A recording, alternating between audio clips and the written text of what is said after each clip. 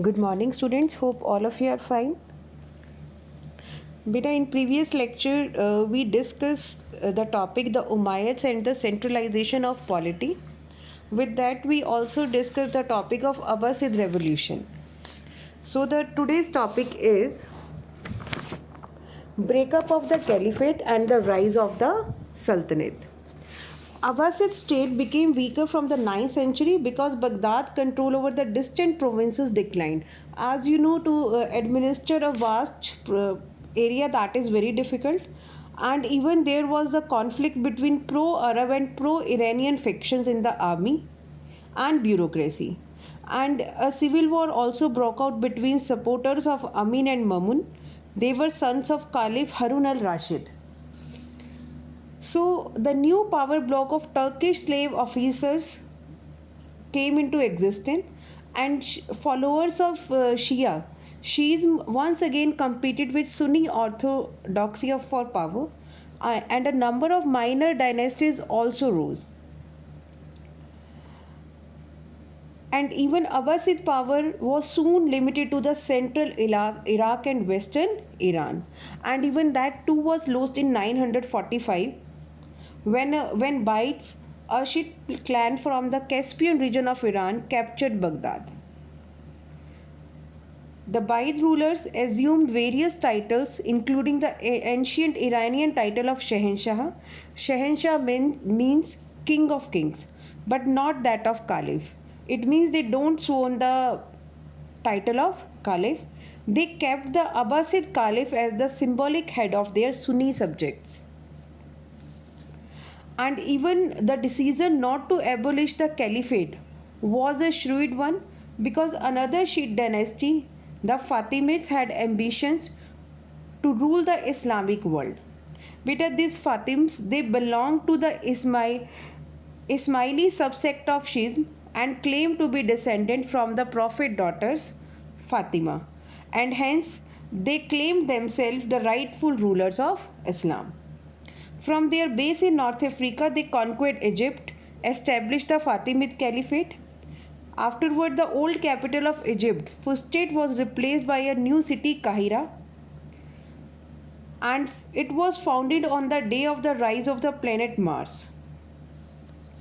Afterward, between 950 and 1200, Islamic society was held together not by a single political order or a language of culture, but by common economic, culture, and patrons. Unity in the face of political division was maintained by the separation between state and society. It means politically they were different, but on the basis of economic and cultural patron, they were following the same traditions.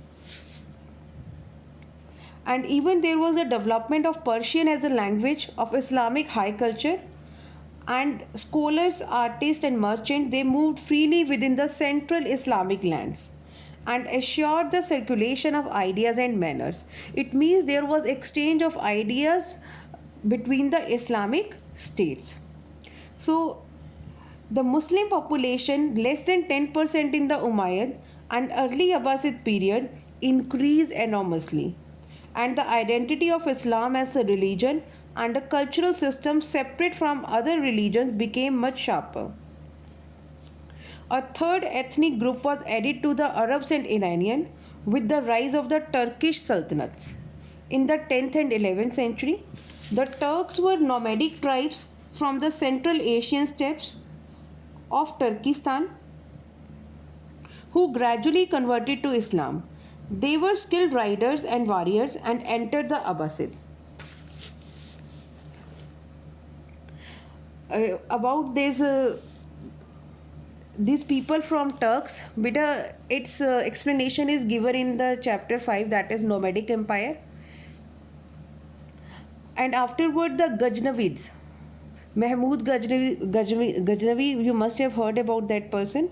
So the Ghaznavid Sultanate was established by Alpetagin and consolidated by Mahmud of Ghazni. Like the Bites and the Ghaznavids were a military dynasty with the professional army of Turks and Indians, but their center of power was in Khurasan and Afghanistan, and for them the Abbasid Caliph were not rivals but a source of legitimacy. Mahmud was conscious of being the son of a slave and especially eager to receive the title of Sultan from the Caliph. The Caliph was willing to support the Sunni Ghaznavi as a counterweight to the Shia power. But the Turks entered Turan as soldiers in the armies and they later established themselves as a powerful group under the leadership of two brothers, Tugril and Chagri Beg. Taking advantage of the chaos following the death of Mahmud of Ghazni, the Seljuks conquered Khurasan and made Nishapur their first capital. Even the two Seljuk brothers ruled together in accordance with the tribal notion of rule by the family as a whole. From the 11th to 13th centuries, there was a series of conflicts between European Christians and the Arab states. This is discussed below. The next topic that is related to these conflicts between Christians and Arab states. And then at the start of 13th century, the Muslim world found itself on the verge of a great disaster, and this was a threat from the Mongols, the last but most decisive of all nomadic assaults on settled civilization. As you know, these Mongols, they were nomadic peoples, but they established the largest empire of the world. Now the next topic is about the Crusades. In medieval Islamic societies, Christians were regarded as a people of the book since they had their own scripture. Christians were granted safe conduct while venturing into Muslim states as merchants, pilgrims, ambassadors and travelers. It means these Christians, they were allowed to visit in certain area of Islamic states. These territories also included those which were once held by the Byzantine Empire, notably the Holy Land of Palestine. Jerusalem was conquered by the Arabs, and as you remember that there one very famous monument was also built in Jerusalem, but it was ever present in the Christian imagination as the place of Jesus' crucifixion and the resurrection. This was an important factor in the formation of the image of Muslim in the Christian Europe. Hostility toward the Muslim world became more pronounced in the 11th century. Normans, Hungarians, and some slaves had been converted to Christianity. It means now at that time some tribes, they were converting to the Christianity, and the Muslim alone remained as the main enemy. There was also a change in the social and economic organization of Western Europe. The clergy and the warrior class, the first two orders, as you know beta, you must have read in class 9 also that European society, it was divided into three states: nobility, clergy and third estate. So the clergy and the warrior class were making efforts to ensure political stability as well as the economic growth based on agriculture and trade. But the possibility of military confrontation between competing feudal principalities and a return to economic organization based on plunder were contained by the Peace of God movement. So all military violence was forbidden inside certain areas near places of worship during certain periods considered sacred in the church calendar, and against certain vulnerable social groups such as churchmen and the common people.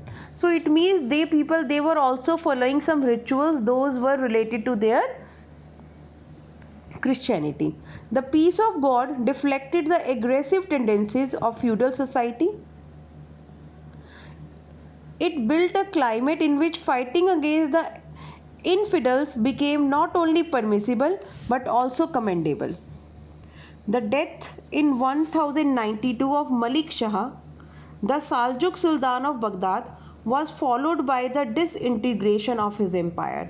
It means after that this empire, Islamic empire, it started fragmented. This offered the Byzantine Emperor Alexius I a chance to regain Asia Minor and the northern Syria. For Pope Urban II, this was an opportunity to revive the spirit of Christianity.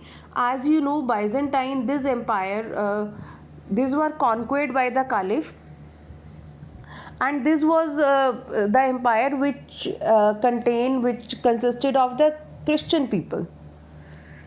So in 1095, the Pope joined the Byzantine Emperor in calling for a war in the name of God to liberate the Holy Land. Between 1095 and 1291, Western European Christians planned and fought wars against Muslim cities on the coastal plains of the eastern Mediterranean. These wars were later designated as crusades. And beta, this crusade literally means the Pope ordered the ceremonial granting of crosses to those who had sworn to fight, and this was known as the crusade. And in the first crusade, soldiers from France and Italy, they captured Antioch in Syria and claimed Jerusalem. Their victory was accompanied by the slaughter of Muslims and Jews in the city, chronicled by both Christians and Muslims. And even Muslim writers refer to the arrival of Christians as a Frankish invasion. The Franks quickly established four Crusader states in the region of Syria, Palestine, and these territories were known as the Outremer, and later crusades were directed at its defense and expansion. So even the Outremer survived well for some time, but when the Turks captured Edessa, an appeal was made by the Pope for the Second Crusade, and a combined German and French army made an attempt to capture Damascus, but they were defeated and forced to return home. After this, there was a gradual erosion of the strength of Outremer. Crusade zeal gave way to living in luxury and to battles over territory among the Christian rulers. Saladin created an Egyptian-Syrian empire and gave the call for jihad or holy war against the Christian and defeated them in 1187. He regained Jerusalem nearly a century after the First Crusade. Records of the time indicate that Salah ad-Din's treatment of the Christian population was humane, in marked contrast to the way in which Christian had earlier dealt with Muslim and Jews. It means this person, he treated these Christian people with humanity. Although he gave custody of the church of the Holy Sepulchre to the Christians, a number of churches were turned into mosques, and Jerusalem once again became a Muslim city. And even the loss of the city prompted a third crusade in 1189. But the Crusaders gained little except for some coastal town in Palestine, and the crusade left a lasting impact on two aspects of Christian-Muslim relations. One was the harsher attitude of the Muslim state toward its Christian subjects, which resulted from the bitter memories of the conflict as well as the need for security in areas of mixed population. And the other was the greater influence of Italian mercantile communities. So this was the topic about the three crusades and how the rivalry between the Christian and Muslim that rose up. So hope all of you have understood the topic. Thank you and have a nice day.